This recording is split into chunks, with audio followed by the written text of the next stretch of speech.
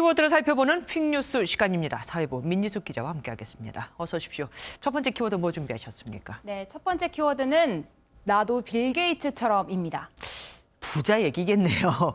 김봉진 배달의 민족 창업자의 기부 얘기죠? 네, 맞습니다. 이 기부 규모가 어마어마한데요. 약 5천억 원을 넘어설 것으로 보입니다.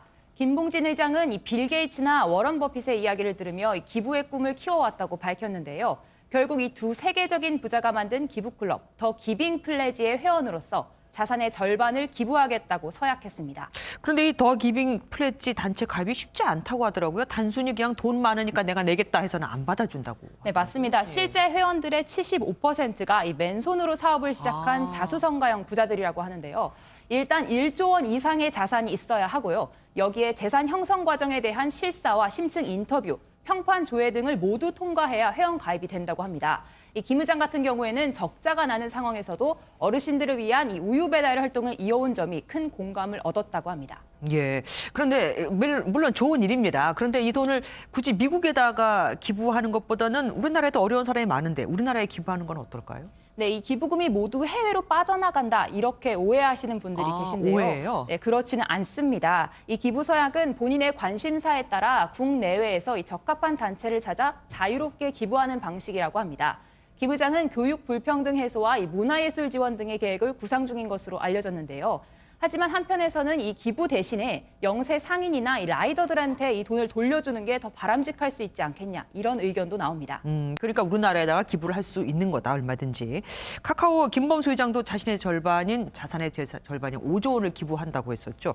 역시 자수성가형은 기존 재벌들과는 많이 다르다는 생각이 들기도 합니다. 다음 키워드 뭐 준비하셨습니까? 네, 혹시 앵커께서는 강제 키스 혀 절단 사건 기억하십니까?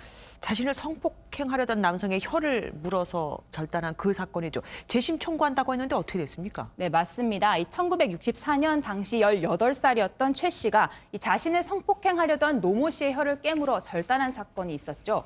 이 최 씨는 정당 방위를 주장했는데 법원은 도리어 중상해죄로 징역 10개월의 집행유예를 선고했습니다. 그때 수사 과정에서 아마 6개월형을 받아서 살았던 것 같습니다. 형을 받진 않았지만 과정에서. 네, 맞습니다. 결국 지난해 최 씨는 이 무죄를 입증하기 위해 재심을 청구했는데요. 당시 육성 먼저 들어보시죠. 네. 제가 겪은 게 56년인데 현재도 이런 현실이라는 데 너무 분노합니다. 저와 같은 여성이 많이 있다고 저는 알고 있습니다. 기억이 납니다. 저 때 부모님한테 오히려 더 혼이 났었고 여성이 피해자인데도 불구하고 그리고 그 남성하고 결혼하면 다 끝나는 거 아니냐 이런 얘기까지 들었다고 하는데 그런데 법원이 재심 신청을 안 받아들였다고요? 네, 그렇습니다. 법원은 새로 재심을 판단할 만한 증거가 발견되지 않았다 이렇게 밝혔는데요.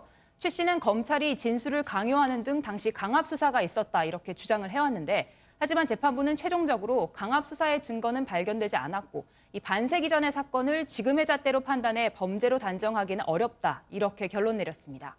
피해자가 오히려 가해자가 되는 이런 상황 더는 없어야겠습니다. 마지막 키워드는 뭡니까? 네, 이 키워드 역시 알고 계시는 이야기일 것 같은데요. 남녀 공용 탈의실입니다. 몇 년 전에 한 패스트푸드점에서 그런 일이 있었다고 들었습니다. 그 당시에 없어지지 않았나요? 네, 그렇지 않습니다. 지난 2016년 맥도날드의 한 매장에서 이 남녀 공용 탈의실에 몰래카메라를 설치한 직원이 체포됐는데요. 이번에는 다른 지역에 있는 매장에서 똑같은 몰카 범죄가 일어났습니다. 한 남성 직원이 남녀가 함께 사용하는 탈의실에서 이 100여 개의 영상을 불법 촬영한 혐의로 경찰에 붙잡혔습니다. 성범죄가 일어났는데도 바뀌지 않았다는 겁니까 지금? 네, 맥도날드 측의 입장을 들어보면 이 점포의 면적이 적기 때문에 어쩔 수 없다 이런 상황인데요. 일부 점포에는 남녀 별도의 탈의실이 있다 이렇게 밝혔습니다. 결국 지금까지도 남녀가 공용으로 사용하는 탈의실이 상당수 있다는 뜻인데요. 이 문제의 두 직원은 해고당했다고 하지만 여전히 남녀 공용 탈의실이 범죄에 노출되어 있다는 지적이 나옵니다. 직원의 기본적인 프라이버시도 지켜주지 못하는 업체의 서비스를 고객이 얼마나 믿을 수 있을까요? 여기까지 듣겠습니다. 민지숙 기자였습니다.